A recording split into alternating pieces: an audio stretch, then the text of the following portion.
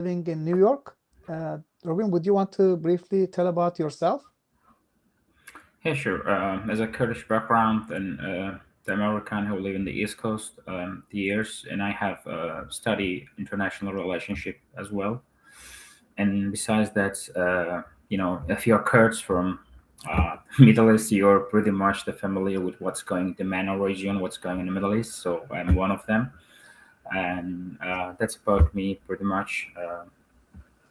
Yeah. So, Robin, I'd like to start with the terrorist attack in New Orleans. Would you want to go over it briefly? What was the attack? Not how it happened. I think pretty much everyone knows about it. What about the background of the perpetrator, and why do you think it was done?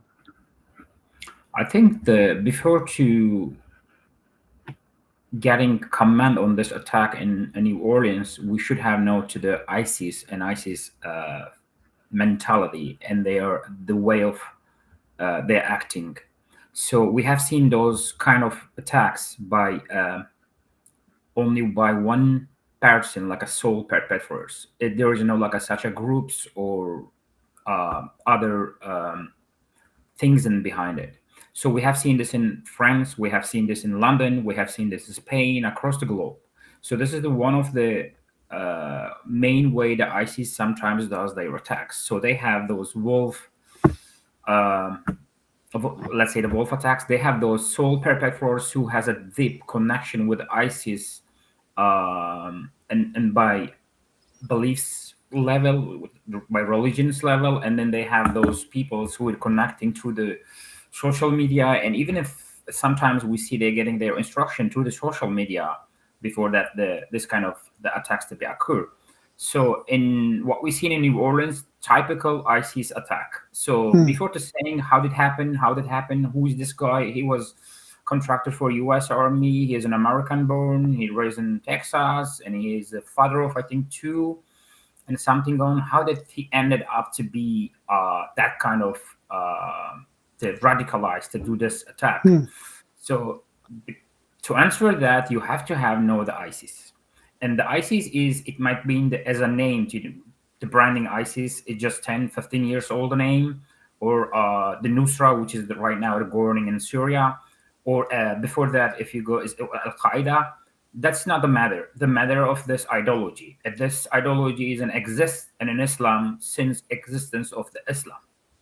So if we go back to the earlier Muhammad times, we will see the third groups after Ali's and Muawiyah's sides. Third group's outcome as a Harijis in Arabic, like outsiders. So we will see the first ISIS mentality in over there from the Harijis.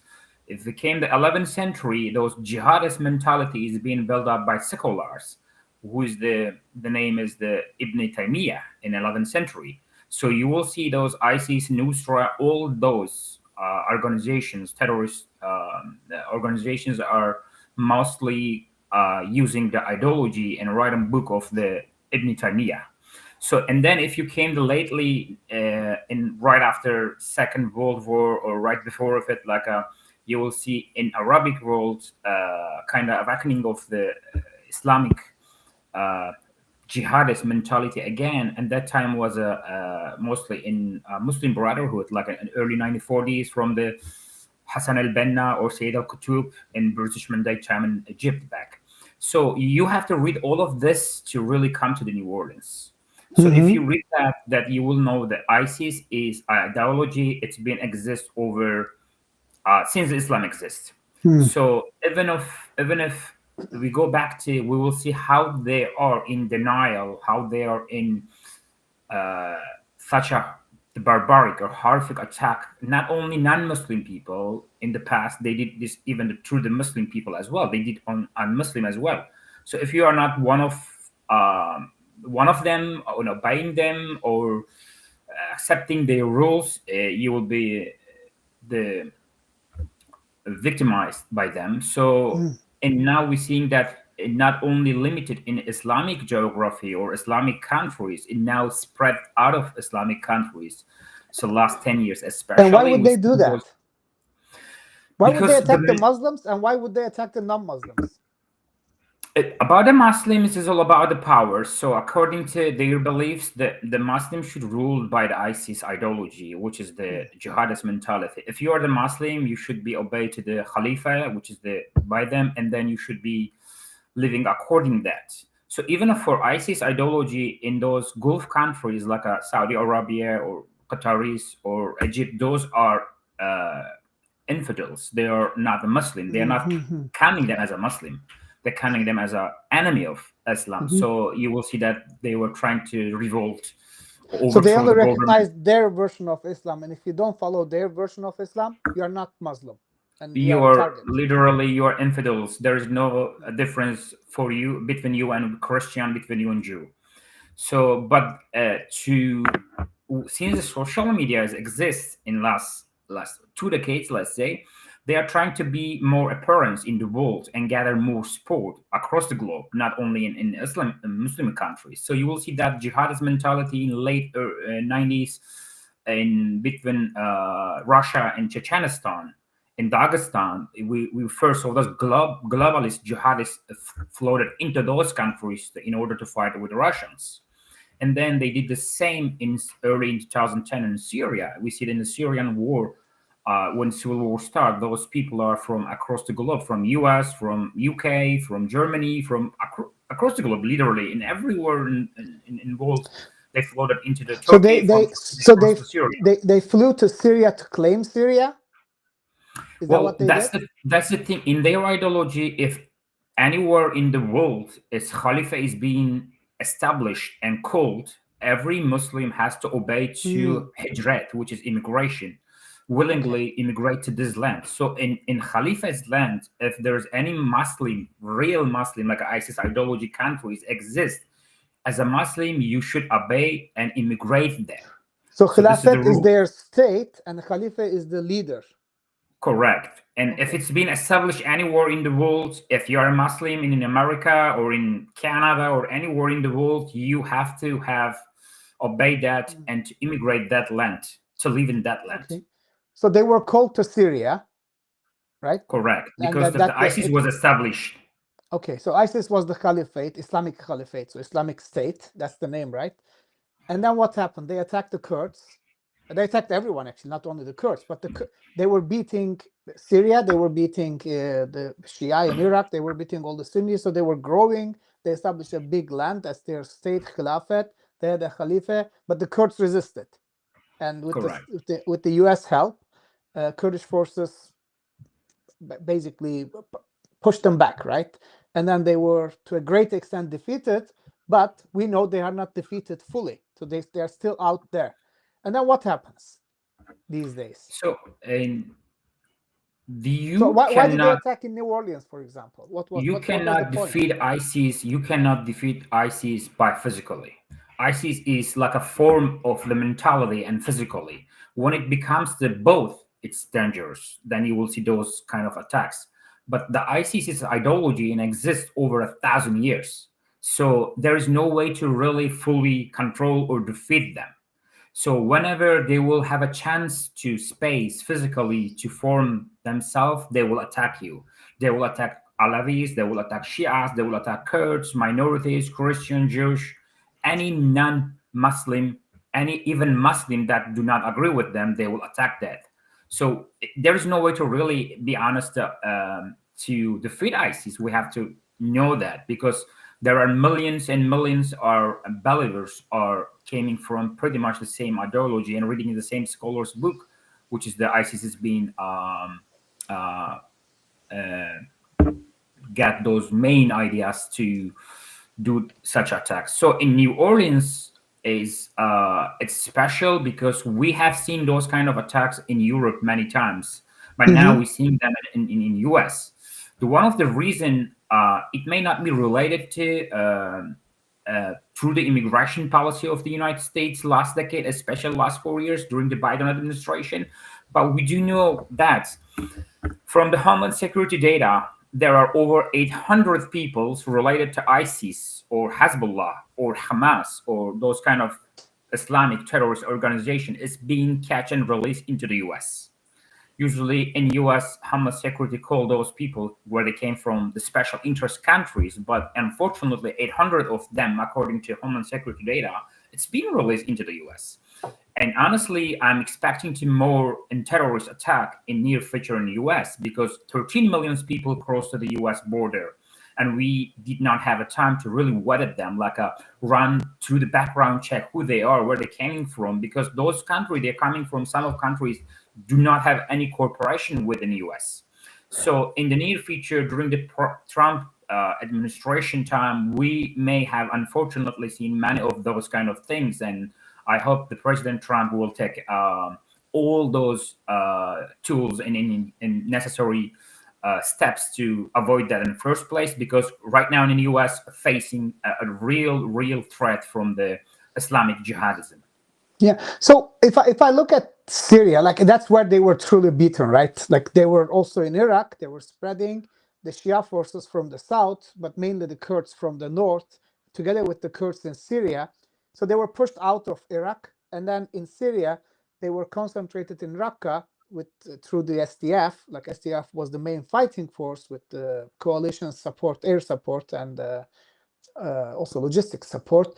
So they were beaten in Raqqa. That they were beaten is in brackets, obviously not fully beaten, but there are lots of like more than 10,000 captured ISIS fighters. They are in northeast of Syria under the control of the SDF, the Syrian Democratic Forces, led by the Kurdish YPG.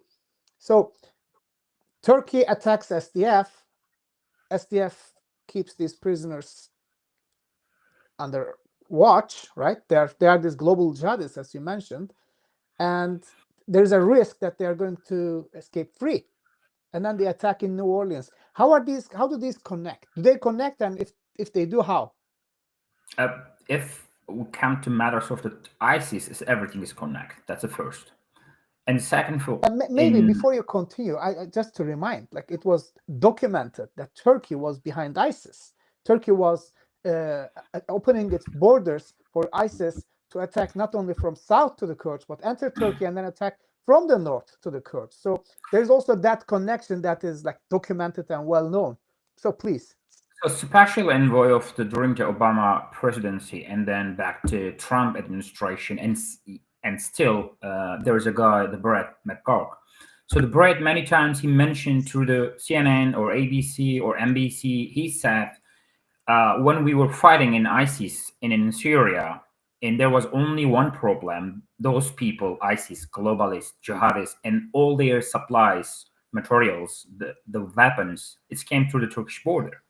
He said, in the end of that, as an US and coalitions over 50 countries against of ISIS, we had to know that we have to seal the Turkish border. We have to have seal the Turkish border, because we did ask many times to Turkey to seal their borders to stop those floating jihadists and equipments and weapons, but it did not. So this has been recording on the TV, and many times he mentioned that. So therefore, I do not need to really mention again those things. We do know the one thing about it: what happened during the hotspot of Syrian war, and ISIS literally attacked every countries. ISIS literally killed everyone. There was a guy from Croatia come to the Syria to help those refugees. Is being beheaded. There was a guy from Japan, from South Korea, from some Asian countries who doesn't have anything with the Middle East to be enemy of the ISIS or be enemy of the Muslim. What I'm trying to say, if you're from US or from Europe, I will say, okay, the one way they see you as an enemy, but there is no way they will see Japanese or Koreans or other Asians enemy, but yet they beheaded them, they killed them. There's only one country during those horrific ISIS reign time wasn't affected, or wasn't any single day or citizens being killed or soldier. It was Turkey. So that gives you hints about what was the reason of that. Maybe you guys are, I don't know, you may recall, or others, our audience will recall, that when the Mosul fell into the ISIS, there was only one active general consulate that was belongs to Turkey, and ISIS took them kinda hostage over I think 2-3 months. And after 2-3 months, or those over 45, 50 of the general consulate of Turkey and those employees of the consulate are being transferred into the Syria, from Syria to Raqqa, Raqqa to Tel Abyad, which is now under Turkish mercenaries occupation. From there to from Akçakale to the Turkey, and they've been delivered to Turkey unharmed. So it's only country got their own citizens from the ISIS, diplomatic citizens and soldiers, unharmed is Turkey. So that's something for me, and I think that's something for everyone else who closely monitoring in Middle East. Interesting. So this is ISIS. ISIS is still there, but they're not as active as they were, right? But this, thanks to SDF. If SDF is intact, SDF is strong, ISIS is not going to make a comeback. But the Turks and the Turkish mercenaries attack SDF areas for no reason, because SDF poses no threat to Turkey. And in the areas that the Turks captured from SDF, they have basically ethnically cleansed all the Kurds. Afrin, we know that. Tel Rifat, we know that. Manbij, they're doing the same thing. Seemingly, Turks are attacking the Kurds pure racism. Like they have no other motivation, right? What did the Kurds do to you? Nothing. Yet you're attacking the Kurds. But this risks this releasing ISIS back again, right? Setting them free. And then when this is not new. This has been happening. But what happened is Hayat Tahrir al-Sham, which is Al-Qaeda with a different name under the leadership of al-Julani, they have captured Damascus. Now, Al-Qaeda is basically ruling part of Syria, including the capital, second biggest city, Aleppo, and they want to extend their control to other Alawite areas, for example. So there is SDF, there is Hayat Tahrir al-Sham, and there are the Turks with their Turkish themselves directly and through their Turkish mercenaries. What's going on in the ground in Syria? Well, answering that question, we got back to early 2012 to see what happened when U.S. With Qatar, with Turkey, and with other Arabic countries when they were trying to arm those rebels against of the Assad regime. During that time, we saw many times U.S. millions and millions dollars of the taxpayer money it's being spent on those people through the Turkey. So we delivered those money to Turkey, those equipment to Turkey, and Turkey delivered that back then was a Free Syrian Army. And after a week or 2 weeks, 3 weeks, a month later, we saw all those guns, weapons, and money and equipment it being turned to be in the hands of al-Nusra or ISIS. So after that, back and forth, and U.S. saw that they cannot be a partner for U.S. against of Assad regime. And then U.S. was seeking for a partner, which they found a reliable partner as a Kurds. Since then, we see it through the cooperation from U.S. and Kurds. And Kurds was only people and forces to really reliable for the Western values to fight against of Islamic jihadism. And mentioning that the Kurds lost over 10,000 fighters. Over 10,000 Kurdish women and men has been horrific way killed by the ISIS, by the Islamic jihadist mentality. And in another hand, U.S. Western countries, they lost less than few soldiers during those horrific times. So with the close U.S. air support and equipment, Kurds were overthrown those most horrific terror empire ever human history has seen, probably after the Mongolian from 11th century. So I think the world has to be in order to Kurds to tank that, because it did cost them nothing, but it did cost us 10,000 fighters and over 1 million Kurds being displaced by those forces during those war. So what we have seen, the Western, it's been got stable by security, I mean, and even in the US because of the Kurds.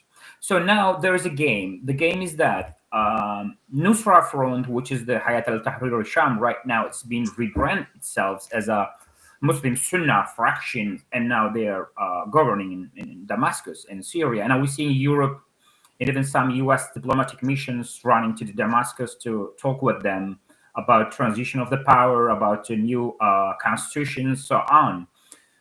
So what I'm seeing, if US and Western world will repeat this mistake again, to fully support and trust them to the Turkey, because Turkey is monitoring and kind of negotiating between West and jihadists, to having to rebrand the jihadists only one unify rulers of the entire Syrian lands.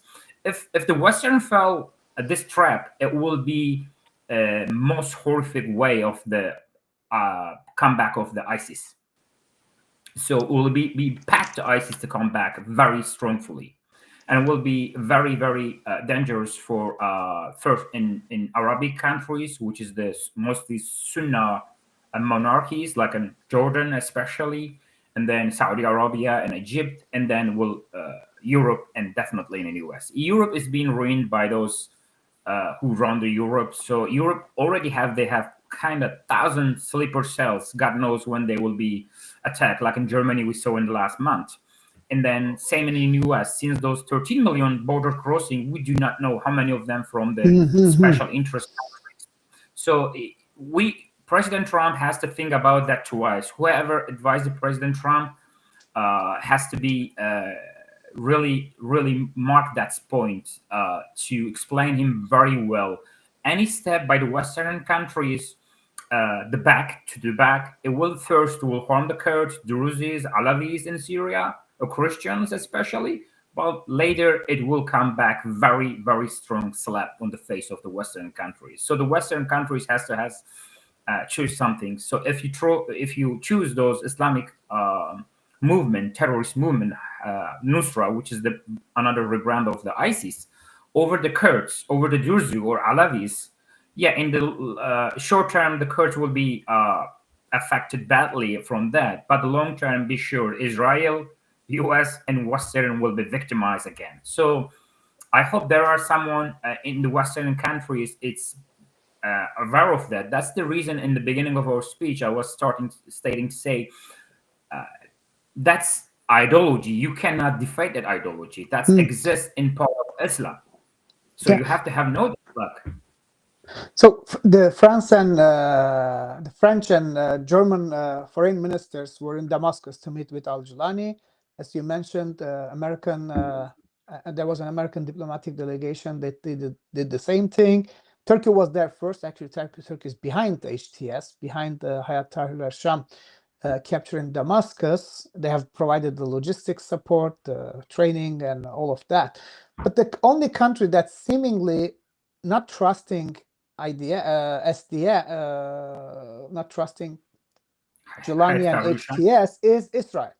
Israel's foreign minister said there are jihadists ruling in Damascus, and I think he used the term bandit for them. So, how do you think the dynamics are going to play? Turkey is attacking SDF. Israel is voicing strong diplomatic support for the SDF, for the Kurds. What do you think how are things going to play there? So and especially, I think my question is also that, like, behind that, as an American citizen and someone whose roots are in the region, do you think Turkey is an ally or a threat? It's not. So Turkey is threat. So Israelis are know the Middle East and Middle East reality better than anyone else on the ground or outside of the Middle East. So Israelis know that if you let those any Islamic jihadist movement to come in power in any countries, it will be threat to any other Western values. So Israel is the kind of like a first step, the Western values in an entire region, a first democracy. You like it or you don't like it, Israel is the only democracy in the Middle East. So if you know the math, like math never says the lie, right? Statistic I'm talking about it. Israel is the only country where the minorities population grows. So I mean Alavis, I mean Kurds, I mean Muslim, I mean Bedouin, and I mean Druze as well, and Christian, Armenian, Chaldean, who is still in Jerusalem or surrounded area. So you see that Israel is the only country in the Middle East last 4 or 5 decades where the minorities populations are gross, while in Iraq, in Syria, the Christian and other minority, like Yazidis especially, it's been eradicated, it's been devastated, it's been uh, by all bad means it's been destroyed. So Israelis know the threat it's real, and threat, and maybe in the short term won't be through the Israel towards the Israel, but definitely in the long term will be towards Israel. So like if anybody calls like 10 years ago, little, maybe little less, little more, I'm trying to recall the date, there was kind of overthrowing attempt against the Jordanian king. And before that, Palestinian 2 times tried to overthrow the Jordanian king. I'm talking about the King Hussein, the father of the King Abdullah. So what we know from that, Israel know that if Israel wouldn't help them to fail those attempts, Israel know they will be the next. So Israel cannot trust the anti-Islamic jihadist movement, especially Hayat Tahrir al-Sham, which is another name of the ISIS. Israel know that very well. In the long term, they are threat to Israel. Not only Israel, they threat to West as well.